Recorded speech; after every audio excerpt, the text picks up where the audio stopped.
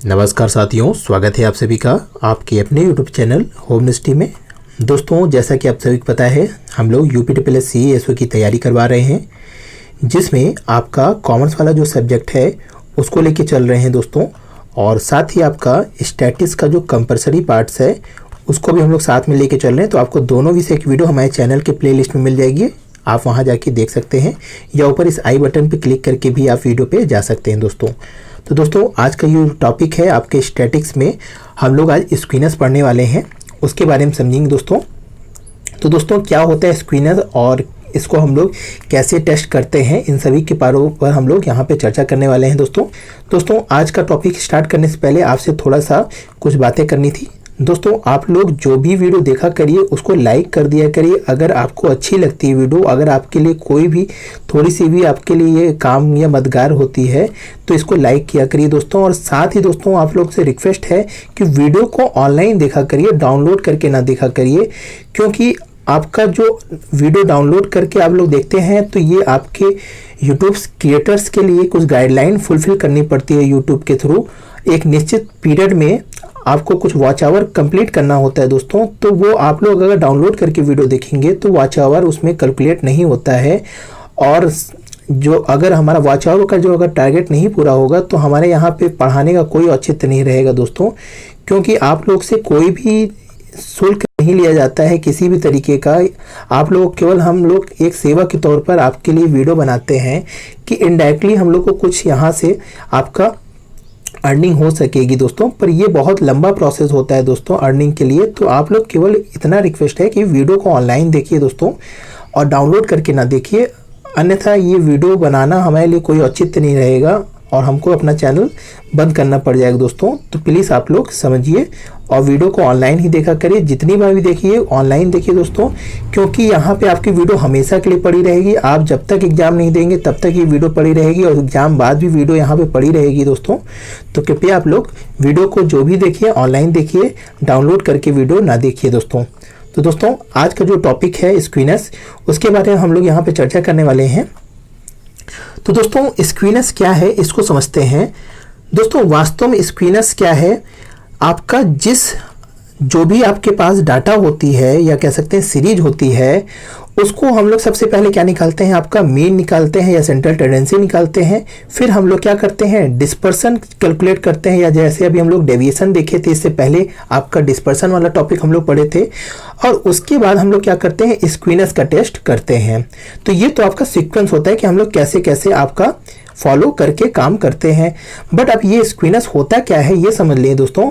तो दोस्तों, होता क्या है कि जिस सीरीज में या जिस डाटा के आप जो सीरीज बनी है, उस सीरीज में अगर समता का अभाव होता है, या कह सकते हैं लेक ऑफ सिमेट्री होती है, तो उस सीरीज में हम कहेंगे कि स्क्वीनर्स आपका मौजूद है। अब ये क्या है दोस्तों, इसको भी जरा समझ लीजिए कि होता क्या है कि जब समांक माला जो होती है दोस्तों, उसके मध्य से अगर हम लोग दोनों ओर आवृत्ति का वितरण देखें, या कह सकते हैं दोनों तरह हम लोग फ्रीक्वेंसी डिस्ट्रीब्यूशन को देखें, अगर वो समान होता है तब तो वो क्या होता है, उसमें स्क्वीनर्स नहीं पाई जाती है। बट अगर वो असमान होता है या समान नहीं होता है तो उसमें विषमता होती है, या कह सकते हैं तब उसमें स्क्वीनर्स मौजूद होता है।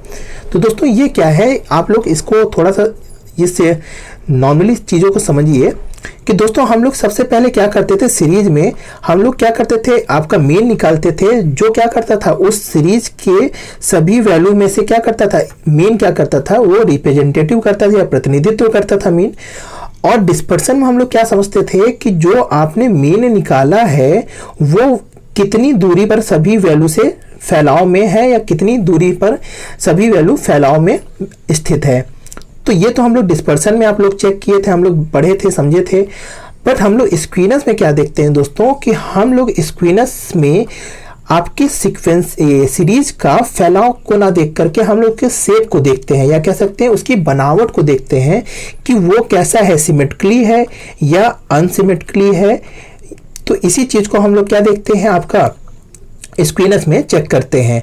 तो दोस्तों, ये तो हम लोग क्या करते हैं स्क्वीनर्स में, ये आपको समझाएं, और कैसे हम लोग स्क्वीनर्स को मेजर करते हैं या इसको हम लोग कैसे कैलकुलेट करेंगे ये हम लोग बाद में देखेंगे दोस्तों। यहाँ पे केवल हम लोग यहाँ पे विषमता को समझने की कोशिश कर रहे हैं दोस्तों। अगर हम लोग एग्जाम्पल के तौर पर समझे तो यहाँ पे देखिए दो सीरीज है, आपका सीरीज ए और सीरीज बी। इसमें अगर हम लोग देखें तो ये आपके जो डाटा दिए गए हैं इसमें देखिए फ्रीक्वेंसी क्या है, शुरू में बढ़ रही है, फिर आपका एक जगह स्थिर हो गई है और फिर उसी लय में क्या होने लगी, घटने लग रही। जैसे शुरू में बढ़ी थी वैसे अंत में घटने भी लगी। बट दूसरी सीरीज का अगर हम लोग देखें तो शुरू में क्या हुआ, ये बढ़ी, यानी कि पहले तो स्थिर थी, फिर आपकी क्या हुआ, बहुत हाई हुई, फिर आपका कम हुई, फिर हाई चली गई, फिर कम हुई, फिर और कम हो गई। तो इसमें क्या हुआ दोस्तों कि दोनों आपके जो एग्जाम्पल हैं, इसका जो आपका मीन है वो तो आपके दोनों एग्जाम्पल के क्या होंगे, इक्वल आ रहे हैं। बट आपके स्टैंडर्ड डिविएशन भी क्या है, यानी कि आपका डिस्पर्सन भी क्या आ रहा है, दोनों का इक्वल आ रहा है। बट आपके स्क्वीनेस अगर हम लोग यहाँ पे चेक करेंगे तो ये क्या होगा, आपका सिमेट्रिकली होगा, मतलब यहाँ पे विषमता का अभाव होगा, क्योंकि यहाँ पे जो आपका मध्य मूल्य है, इस मध्य मूल्य से जितनी आपकी कमी है, या कह सकते हैं जितना आपका ढलाव इधर साइड है, उतना ही ढलाव आपके क्या है, लेफ्ट साइड भी है, और उतना ही आपके क्या है, राइट साइड भी है।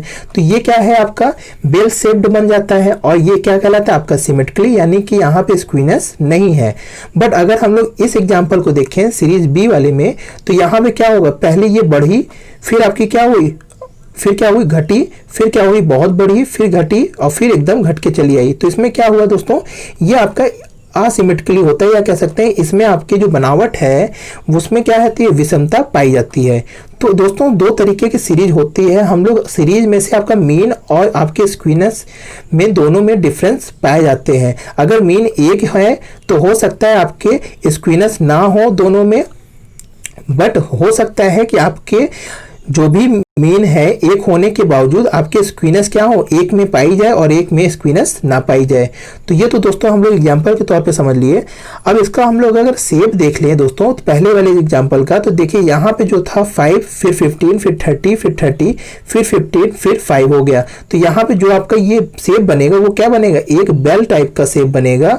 बट यहाँ पे देखिए आपका एक बेल टाइप का शेप ना बढ़ के क्या हुआ, आपके असिमेट्रिकली डिस्ट्रीब्यूशन के तौर पे यहाँ पे आपका जो शेप होता है वो आपका बेल शेप का आकार नहीं बनता है।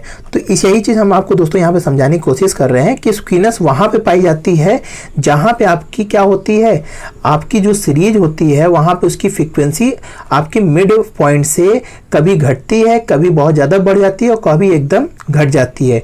जब दोस्तों ऐसा आपको यहाँ पे ऐसा आकार मिलता है या ऐसी सिचुएशन मिलती है, तो वहाँ पे क्या होता है, आपका स्क्वीनेस होता है, यानी वहाँ पे समता का अभाव होता है और उसी सीरीज में आपका स्क्वीनेस पाई जाती है।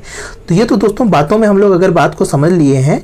अगर हम लोग यहाँ पे सिमेट्रिकली डिस्ट्रीब्यूशन और असिमेट्रिक डिस्ट्रीब्यूशन ये क्या है, इन दोनों को अगर समझ लें तो दोस्तों दोनों में हम लोग क्या देखते हैं कि दोस्तों जो आपका सिमेट्रिकली डिस्ट्रीब्यूशन होता है, जैसे हमने बताया था कि वो आपका क्या होता है, बेल शेप्ड होता है, और साथ ही आपका जो उसमें मीन होता है वो मीडियन के बराबर होता है, और साथ ही आपके क्या होता है, मोड के भी बराबर होता है। यानी कि आपका जो सिमेट्रिकली डिस्ट्रीब्यूशन होगा उसमें मीन, मीडियन, मोड आपके क्या होते हैं, सब एक इक्वल होते हैं, यानी सब एक बराबर होते हैं। और साथ ही दोस्तों हम लोग इसमें क्या देखते हैं कि आपका जो चतुर्थांक जो आपका Q3 होता है, अगर उसको हम लोग मीडियन से डिफरेंस निकालें तो वो आपके पहले चतुर्थांक से मीडियन का जो निकालते हैं आपका डेविएशन उसके बराबर होता है। तो यानी यहाँ पे दोस्तों आपका जो चतुर्थांक होता है वो मीडियन से दोनों तरफ से, यानी कि Q3 और Q1 दोनों आपके मीडियन से इक्वल साइज में बटे हुए रहते हैं, यानी इक्वल आकार में दोनों तरफ रहते हैं। और साथ ही दोस्तों इस चीज में आपके ऐसे डिस्ट्रीब्यूशन में, या कह सकते हैं ऐसे डिस्ट्रीब्यूशन में आपका क्या होता है, स्क्वीनेस 0 होता है, या कह सकते हैं स्क्वीनेस वहां पे नहीं पाई जाती है। तो ये तो दोस्तों आपका सिमेट्रिकल डिस्ट्रीब्यूशन हो गया है। अब इसी का जस्ट अपोजिट होता है असिमेट्रिकली, और इसमें आपका स्क्वीनेस पाई जाती है। तो दोस्तों इसमें क्या होता है, ये आपका नॉट बेल शेप्ड होता है, मतलब यहाँ पे देखिए बेल शेप नहीं होगा, और साथ ही आपका जो इसमें मीन, मीडियन, मोड होगा उसमें क्या होगा, अंतर होगा, या तो मीन ज़्यादा होगा या तो कम होगा, या मीडियन ज़्यादा होगा या तो कम होगा। इसमें क्या होता है, आपस में तीनों में अंतर होते हैं, या आपका मीन सबसे अधिक होगा या तो मोड सबसे अधिक होगा, या तो मोड मीडियन से अधिक होगा। तो इस तरीके से इसमें दो कंडीशन आपकी बन जाती है। एक क्या होता है दोस्तों, इसमें आपका असिमेट्रिकली डिस्ट्रीब्यूशन में एक पॉजिटिव होता है और एक आपका निगेटिव होता है। तो ये निगेटिव और पॉजिटिव में क्या होता है, इसको हम लोग अगर समझ ले दोस्तों, तो दोस्तों ये आपका जो पहला होता है असमिति, उसमें एक आपका धनात्मक असमिति वितरण होता है और एक आपका ऋणात्मक असमिति वितरण होता है। तो ये पॉजिटिव असिमेट्री डिस्ट्रीब्यूशन क्या होता है इसको समझ लीजिए दोस्तों। इसमें दोस्तों होता क्या है कि आपका जो शेप्ड होता है वो राइट साइड क्या होता है, बहुत हाई स्लोप्ड होता है। और क्या होता है, देखिए जैसे यहाँ पे बहुत ऊंचा हुआ है पर राइट साइड क्या होगा, बहुत तेजी से इसकी ढलान हो गई है। तो ये क्या होता है दोस्तों, इसमें मीडियन क्या होता है, सबसे अधिक होता है और आपका मीन सबसे अधिक होता है, मीडियन उससे कम होता है और मोड आपका सबसे कम होता है। ये आपके पॉजिटिव असिमेट्रिकल डिस्ट्रीब्यूशन में पाया जाता है। और आपका यहाँ पे जो चतुर्थांक होते हैं वो Q3 में से अगर हम लोग मीडियन में डिफरेंस निकालते हैं तो वो अधिक होता है, जबकि मीडियन में से अगर हम लोग Q1 घटाएं तो ये आपका यहाँ पे जो आपका स्क्वीनेस होता है वो एग्जिट करता है, यानी यहाँ पे आपका स्क्वीनेस पाया जाएगा। दूसरा अगर हम लोग देख लें दोस्तों, यहाँ पे नेगेटिव जो असिमेट्रिकल डिस्ट्रीब्यूशन होता है, इसमें क्या होता है दोस्तों कि यहाँ पे जो आपका टेल होता है वो लेफ्ट साइड ज़्यादा स्लोप होता है और राइट साइड के मुताबिक, यानी आपका लेफ्ट साइड बहुत ज़्यादा ढलात्मक होता है शुरू में और फिर जाके एक पीक से फिर अचानक घट जाता है। और यहाँ पे जो आपका मीन मीडियन मोड का रिलेशन होता है उसमें सबसे कम क्या होता है, मीन होता है, फिर मीडियन होता है और सबसे अधिक क्या होता है, मोड होता है। और यहाँ पे चतुर्थांकों का अगर हम लोग बात कर ले दोस्तों, तो यहाँ पे आपका जो Q3 होता है वो क्या होता है, आपके मीडियन से अगर हम लोग डेविएशन निकाले या डिफरेंस करें तो ये आपका कम होता है किसके, मीडियन से आपके Q1 के डिफरेंस से। तो ये तो दोस्तों आपका नेगेटिव असिमेट्रिक डिस्ट्रीब्यूशन में होता है और दोनों ही आपके पॉजिटिव और नेगेटिव में दोनों में आपका क्या होता है, स्क्वीनेस एग्जिट करता है। तो दोस्तों ये तो बात हो गई कि आपका क्या होता है सिमेट्रिक डिस्ट्रीब्यूशन और असिमेट्रिक डिस्ट्रीब्यूशन। आशा है ये चीज आपको समझ में आ गई होगी। दोस्तों यहाँ से एक क्वेश्चंस बनते हैं कि आपका सिमेट्रिक डिस्ट्रीब्यूशन में आपके ये दो फॉर्मूले से कभी कभी क्वेश्चन पूछे हैं और स्क्वीनेस के बारे में कभी कभी ये पूछ लेते हैं और नॉर्मली पूछ लेते हैं कि सिमेट्रिक डिस्ट्रीब्यूशन का शेप कैसा होता है, तो बेल शेप होता है और आपको असिमेट्रिकल में नॉट अ बेल शेप होता है। और इसका जो आपका देख लिए होंगे मीन मीडियन मोड में क्या रिलेशन होता है पॉजिटिव में और क्या होता है आपका निगेटिव में। तो ये तो दोस्तों बात हो गई कि आपका क्या स्क्वीनेस है, कितने टाइप्स के होते हैं आपके स्क्वीनेस। अगर हम लोग अब बात कर लें कि आपका स्क्वीनेस कैसे टेस्ट किया जाता है, तो यहाँ दोस्तों 5 तरीके होते हैं स्क्वीनेस टेस्ट करने के।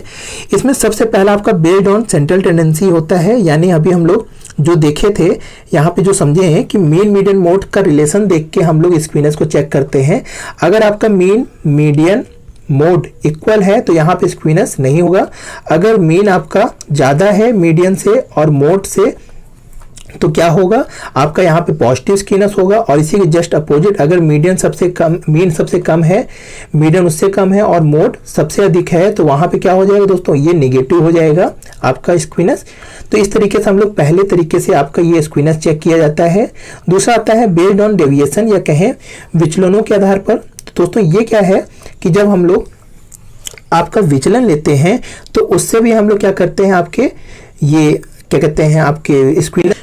तो दोस्तों जब हम लोग डिस्पर्सन आपका इसमें पढ़े थे तो हमने जब डेविएशन आपको बताया था कि जब हम लोग मीडियन और आपके मोड से जब डेविएशन लें और यहाँ पे जो आपका विचलन का योग आता था अगर वो 0 ना आए या 0 से अधिक आए तो वहाँ पे क्या होता है, आपका विचलन पाया जाता है। अगर यहाँ पे विचलन 0 आ जाए तो वहाँ पे विचलन नहीं पाया जाता, यानी सॉरी स्क्वीनेस नहीं पाया जाता। अगर यहाँ पे आपका विचलन का योग 0 आता है तो वहाँ पे आपका स्क्वीनेस नहीं होता है। अगर 0 से अधिक होती है कोई वैल्यू तो अगर उसमें धनात्मक या ऋणात्मक कोई आवेश आता है तो वहां पे आपका स्क्वीनेस पाया जाता है। तो इस तरीके से हम लोग डेविएशन के आधार पे हम लोग स्क्वीनेस चेक कर लेते हैं।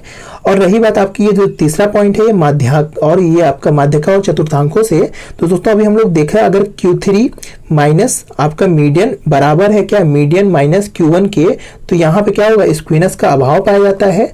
और अगर ये आपका Q3 माइनस मीडियन ज़्यादा है आपके मीडियन माइनस Q1 से तो ये क्या होगा, आपका पॉजिटिव होगा। और इसी के just opposite Q3 minus M आपका M माइनस Q1 से कम है तो आपका क्या होगा, ये आपका निगेटिव होगा। तो ये चीज़ अभी हम लोग पहले भी देखे हैं दोस्तों। और आगे चौथा पॉइंट अगर हम लोग देख लें दोस्तों, यहाँ पे बहुलक से आवृत्तियों का योग। दोस्तों ये क्या है कि अगर हम लोग बहुलक से आवृत्तियों का योग निकालते हैं और अगर वो क्या होता है आपके बहुलक से दोनों तरफ क्या होता है, समान डिस्ट्रीब्यूशन होता है। जैसे यहाँ पे आपका बहुलक 12 आता है तो इधर आपका 2 3 और इधर फिर 3 2 हो तो यहाँ पे क्या होगा, ये आपका स्क्वीनेस का अभाव पाया जाएगा। बट अगर यहाँ पे 5 7 या कह सकते हैं इधर 6 2 हो जाए, यानी कि आपके बहुलक से पहले और बाद में आपकी जो फ्रीक्वेंसी है वो अनडिस्ट्रीब्यूटेड रहे, या कह सकते हैं वो आपके सही आकार में ना रहे, तो वहाँ पे आपका क्या होता है, स्क्वीनेस वहाँ पे पाया जाता है। फिर आपका जो लास्ट है आपका शेप के आधार पर, तो दोस्तों अभी हमने बताया कि अगर इस आपका जो शेप बन रहा है आपका बेल शेप्ड है, तो वहाँ पे स्क्वीनेस नहीं पाया जाता है। अगर आपका क्या होता है, राइट साइड ज़्यादा झुका हो, या आप कह सकते हैं लेफ्ट साइड ज़्यादा झुका है, तो भी यहाँ पे स्क्वीनेस पाया जाता है। तो इस तरीके दोस्तों हम लोग 5 तरीके से स्क्वीनेस का चेक करते हैं, और आगे हम लोग कैसे इसको कैलकुलेट करते हैं दोस्तों स्क्वीनेस को, उसको हम लोग अलग अलग आपका जो नियम दिया गया है उसको हम लोग नेक्स्ट वीडियो में देखेंगे। तो दोस्तों आज के लिए इतना ही। आपको आशा है ये चीज़ें समझ में आ गई होंगी दोस्तों। और दोस्तों अगर वीडियो अच्छी लगी तो लाइक कर दीजिए दोस्तों, और अगर आपसे इससे रिलेटेड कोई क्वेश्चन है दोस्तों तो कमेंट सेक्शन में पूछ सकते हैं दोस्तों। तो आज के लिए इतना ही दोस्तों। जय हिंद, जय भारत।